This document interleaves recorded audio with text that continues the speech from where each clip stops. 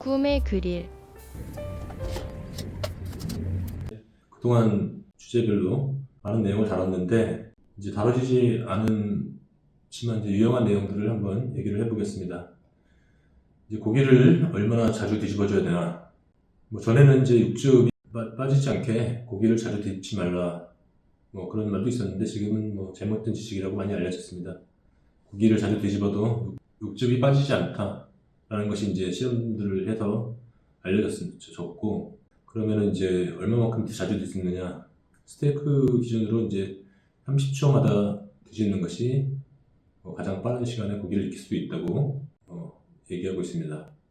그리고 이제 전편에 얘기했듯이 이제 건식 염지, 밑간을 하는 게 좋은데, 소금을 고기 표면에 뿌리고 3분 정도가 지나면 이제 고기 표면에 소금물이 배출되었다가 다시 서서히 재흡수를 하게 되는데요. 고기 속까지 이제 소금이 배면은 근육 조직이 느슨해지고 또 열을 가해도 수분을 더 많이 함유할 수 있게 됩니다. 그래서 이제 더 푸드랩이라고 굉장히 유명한 요리책이 있죠. 여기서 보면 이제 그 소금을 이제 하루 전에 뿌려놓고 밤새 재워놓거나 적어도 40분 전에는 뿌리는 것이 효과적이라고 합니다. 그런 시간이 안 되면은 이제 수분이 나오기 전에 바로 소금을 뿌리고 굽는 것이 좋다고 합니다. 그 다음 이제 레스팅은 필요한가?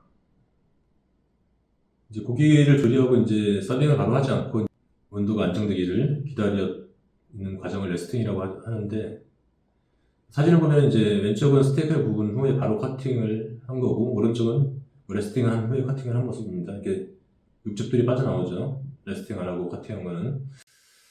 그 고기 표면에 이제 열을 받으면 고기 내부 수분들이 중앙에 모여 있다가 이제 서서히 표면 온도가 내려가면서 전체로 이제 안정화되기 때문에 레스팅을 하고 이제 먹을 수 있도록 하는 게 수분이 빠져나가는 양을 줄일 수 있습니다.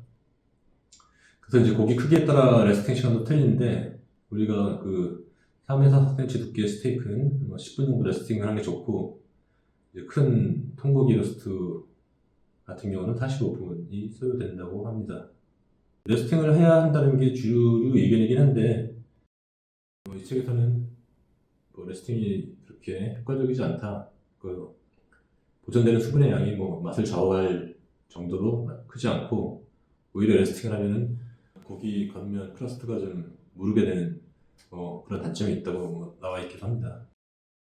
그럼 가장 맛있게 먹을 수 있는 고기 심부 온도에 대해서 알아보면은, 이제 고기 심부 온도는 이제 가장 맛있는 최적의 온도, 이것도 고려해야 되지만 이제 또 안전하게 먹을 수 있는 최저 온도도 함께 고려를 해야 합니다. 권장 최저 온도는 이제 미 농무부에서 나온 가이드를 이제 보통 기준으로 삼는데, 이제 이게 좀 일률적인, 좀 방어적인 기준으로 하는 거라서 이거보다 낮은 온도로 해도 이제 문제가 없다고 얘기를 많이 합니다.